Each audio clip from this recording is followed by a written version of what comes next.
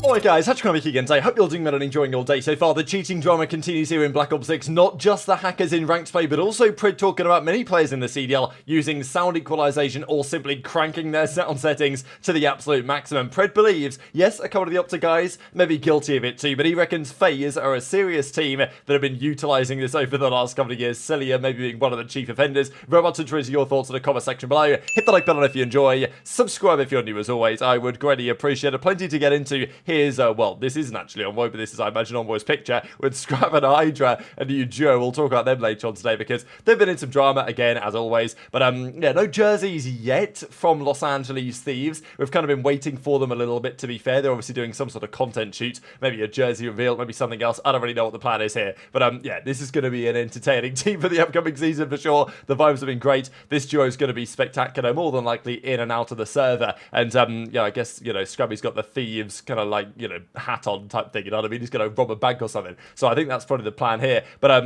yeah, they've got a jersey coming soon. We saw the OpTic jersey kind of leaked the other day. It is kind of a point of excitement because they had a banger for the World Cup, I would say. The 100 Thieves one they had there was kind of like a Real Madrid jersey. They're not going to be running that with Los Angeles Thieves this season. They may have something pretty cool, I imagine, in store. Let's talk about a couple of problems, though, with challenges and ranked play. Of course, there's been so many cheaters over the last couple of days. That's certainly not going away, unfortunate as it is. Donny Temper, of course, was in an interesting position last year. He went down to challenges to try and grind, get a spot back into the league, because, of course, his time on Legion ended, so he was looking for a next step. It never really transpired, so you know, he's running it back again. Noisy in challenges, he says, look, this is pretty bad. I've blown into a single scrim, couple of shifts to ranked, and Temp says, damn, I've already lost it type thing. And look, if you go back and play for a while, but Temp's certainly a bit rusty on the sticks. But the big drama really going down in challenges. So we have a couple of challenges cups going down pretty much, and in Europe, again, as it's been for the last year or so, they are running this through FACEIT. And, well, because Game Battles is now dead, rest in peace, and therefore it's moved over to FACEIT because the ESL FACEIT group are effectively now running the show in Call of Duty. Unfortunately, the admins over there at FACEIT are still not particularly well versed with competitive COD, and it's creating a few issues. So, yeah, people have been like purchasing accounts, and I mean, I'm sure there are literally like hackers as well. No one's gonna like aimbot in challenges, or it, you would think anyway. But could they put on some sort of hacker? Sure. So this is what Bant says. FACEIT once again having a blinder, which obviously is sarcastic. It basically means it's an absolute shambles. Having no kill cams and all banned hackers and other websites allowed to sign up. So this is the point, isn't it? That there have been hackers banned on other sites that will either buy a new account or create a new account, and it's like a known thing. But on FACEIT, they're like, oh, well, we don't know this guy. So he is welcome to play. Potentially even the same guy on the same account. And he says, this is all to boost their sign-up numbers, to show to the higher-ups their website is booming, bunch of morons. Very interesting kind of a conflict of interest really there, where FACEIT are probably kind of motivated and prioritized to maximize their numbers that sign up for the tournament, because then it says, hey, look how much of a good job we're doing. Look how booming competitive Call of Duty is with all these teams signing up to the tournaments, and therefore they can benefit from that. But the actual tournament itself could be a complete shambles. That's what Bant is getting at. And this, another absolute classic. So it seems that his Activision ID was changed by FACEIT, and therefore he got forfeited. So that's unlucky, I suppose. Funny, because people in the replies are talking about Karma here, but like, you know, not Karma the player, but you know what I'm saying. So entertaining, but still, it's like, what are we doing here? And there was so much other things that happened like that as well, such as this, for example. I think even last year, this was a talking point at the start of last season when the FACEIT admins were just choosing like the same map. So they'd play a map set and it would be, let's say in this particular game, Vault Hardpoint Game 1, Vault Search and Destroy Game 2, Vault Hardpoint Game 3. Like, they'd run the same map the whole series because the admins who were creating the tournament didn't know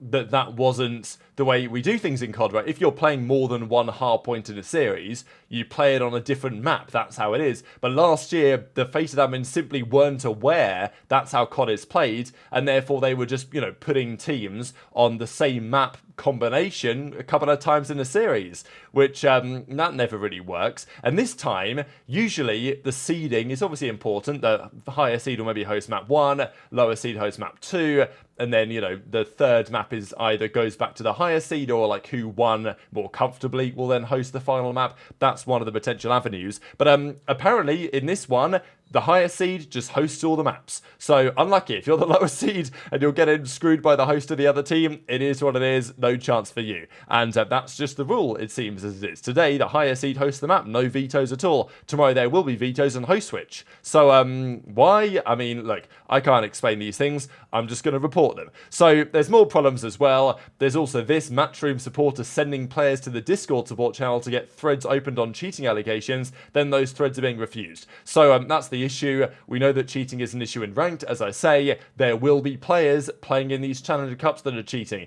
They're probably not aiming, like as in aimbotting. They probably can't shoot very straight anyway. But you know what I'm saying? They've probably got some wall hacks on or something to give them an advantage in official competitive play, which is one step below the CDL. But nothing will be done about it, it seems, apart from them getting banned from other websites, and maybe FaceIt will reflect that in the official CDL challenges, or maybe they will not. And even when players are trying to get people at least looked at, suspicious players, and saying, hey, this guy looks dodgy, have a look at some of these clips, he's a hacker because we saw him on this account on this website before and he got banned for it, FaceIt are like, oh, well, that's unlucky. We're not going to have a look at that evidence. We're not going to have a look at those threads. And it's happening basically everywhere over the last day or so. There's plenty of other things as well, and people buying accounts and all this stuff. So yeah, absolute shambles, but that shouldn't be a surprise at all. So this is of course mainly in the European Challenger Cup, which is still ongoing, conclusion of course today, and the same story in North America as well, when iLLeY is currently in a pretty good position in that. So of course it's iLLeY's new roster for the upcoming season challenges. Flames, Fire, Ghosty, and of course iLLeY, that is the roster of 4. A team that's expected to be okay, but maybe on paper not like an absolute god squad in challenges by any means compared to some of the other teams that are being formed out there. But yeah, iLLeY's team. Early days for iLLeY playing the game, which it really shouldn't be, but it kind of is. He didn't play the game. I'm not sure he played the beta at all, and he hasn't really played the game much since it's come out. But he's been grinding over the last few days. The stream has been on, streaming their practice, streaming search and destroy stuff, and the chief grinder is back at it again. And of course, iLLeY should be expected to do very well in challenges. That's his intention, is to do very well in challenges and prove to the league that he deserves to get picked up again, turning down a CDL offer this season at the risk of making that work. So iLLeY's got a lot of pressure on him to deliver. He's got to deliver. I think he can. Whether he will, that is another question. But so far it's looking pretty good in the early days. So his tournament, or his team, is top 8 in the tournament. They play for top 6 and potentially further tomorrow. So exciting stuff really for iLLeY, just because he's done quite well since his return, and with any luck that is going to be continuing. So yeah, wishing that team the best. Of course, Fire here was in the replies as well, no longer going by Fire 40, that must be noted. But let's talk about some other drama, because cheating's happening in ranked, and the OpTic guys were talking about kind of another form of cheating, right? We know that sounds cheating has been a big discussion really since I would say end of Vanguard, Modern Warfare 2 was a big talking point. There were rumours that during Cold War there was one team rumoured to be Toronto. You guys might remember that Moscow Search and Destroy Toronto were quite well known for basically always reading the play correctly, and they would often, rotate B and then they'd bring it back to A at the last minute, and they'd absolutely nail their search and destroy strats on offense.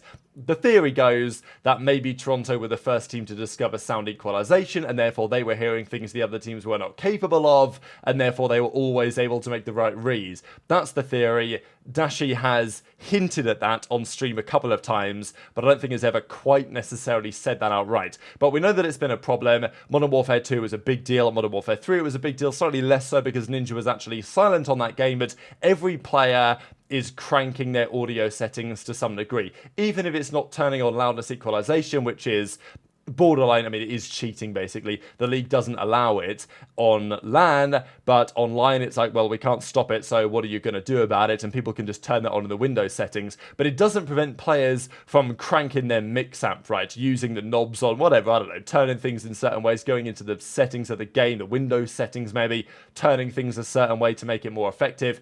The pros know what they're doing on this front, and some pros have different feelings on that. Some pros don't really use it much. Formal, of course, made the comment the other day that it's the cheesiest thing in COD, getting kills off sound, which is fair enough. But it's an eat or be eaten world out there, right? If you don't do it, somebody else is going to do it, and therefore you're going to be at a disadvantage, right? So most pro players would use this to some degree. Last year there was quite a lot of talk from Scrappy talking about the likes of Pred, how he's got it all the way cranked up to the max. Pred was like, you know what, yeah, fair enough. I do, you know, make sure that my sound settings, I can do a lot of things. But equally, he's not going overboard with it. He's not turning on the sound equalization, and he reckons that Scrap's doing exactly the same thing back to him as with other players as well. So Pred goes on to say that especially a team like FaZe, he reckons they are prime sound abusers. Bro, my headset's, when I play 100, my headset's on the table. Bro, look. Scrap exposes Red for sound. I remember this. Full cranked, 0 side tone.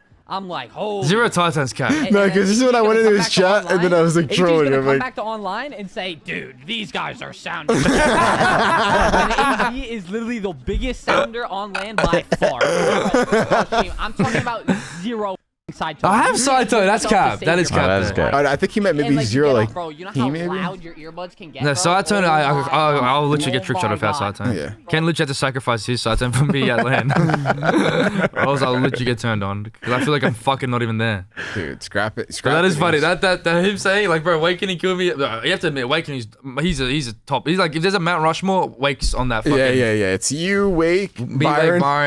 Ken's like, Ken can't fucking Ken's ninja. Ken's ninja sounding. I'm not ninja sounding. I'm sounding, but I'm not on y'all level. Fuck off, dude. Hey, if I'm in a fucking S&D against Ken, I'm telling my teammate, don't slide. This guy is sounding. Like, I have fear in my fucking teammate's life right now. Like, I know my teammate's not winning this 1v1 if he slides one more time. And then you go Ken's pop. Oh, I think he's to my left. Like, I'm sounding. I've always but been you're not sounding. trying if you're not sounding. That's and a good point. everyone says, but when we, dude, the people are just fucking like. That's a good point.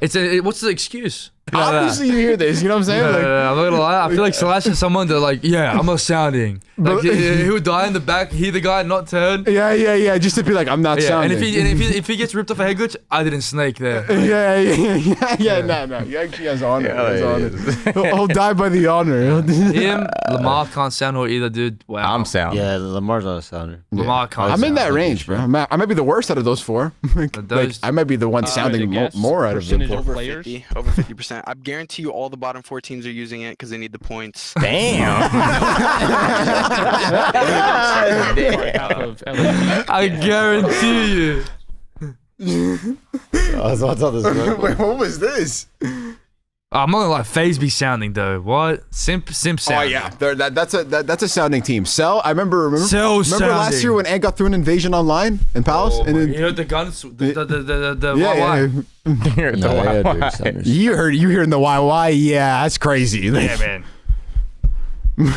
Scrap sounds too. Hold the fuck on. Scrap is sounding, man. I never forget I pinched him Rio and he fucking turned around pre-fire. Baco sounding too, since we're honestly go, bro. Oh, I'm not sounding, that bro. New York You are sounding, honestly, bro. that Like, New York subliners team on a CDL, you couldn't play them. So pretty funny to think about all the players that are, you know, using this, abusing this, whatever, in the league. And sound EQ is one topic which is kind of separate to what we're talking about here, really. But the point still kind of stands that if you want to be the best, the argument is you've got to use all the tools available to you, even if, you know, those tools are maybe borderline a little bit, you know, unfair, I guess. Just because most pros would probably agree that if players could hear less, like, you know, hear less footsteps or whatever, then it would probably be better for the competitiveness of the game. But the reality is that if you can, then you probably should if you're actually trying to win. Guys like ProLoot are known for this. Obviously, Pred also mentions Awakening and says that he's on the Mount Rushmore of the sound abusing cards, which, to be fair, is quite well known, but I thought it was funny to hear it said by a pro player such as Pred. And then Pred's like, yeah, I'm using it too, as is Scrappy, but as is the likes of Cellium, right? He reckons that FaZe are also using it to their advantage, and to be honest, I guess you kind of have to. This is the point. If OpTic are getting to the point where they're like, well, we've got to crank up the mix amps to the maximum they can go, FaZe are going to feel the same way. The other top teams are going to feel the same way as well. And look, it's been a discussion point for a long time now. When Scrap first called Pred out about this a while ago, back in, I think it was May. And look, at the end of the day, it's turning up your sound on your PC and using certain settings to take an advantage. If the option's there, it's going to be taken advantage of. Unless it's specifically against the rules, then there's no real issue here. But and the point is, I suppose, that teams will continue to trend in this direction as long as these things are actually allowed. But very much enjoyed your thoughts in the comment section below. Formals to the absolutely throwing as always. Hit the like button if you enjoyed. Subscribe if you're new. Take care, and I'll see you next time. Again, another question I know a lot of you have. Yes, he's now on OpTic. No, we didn't get anything in return. Dude, this guy's going for the table, Matt. You broke him. Crazy that so many people, like, over the years got to know Ricky, because I spent so many of my younger years with Ricky since MW3. God, I love that guy. Oh my God, man, what the fuck?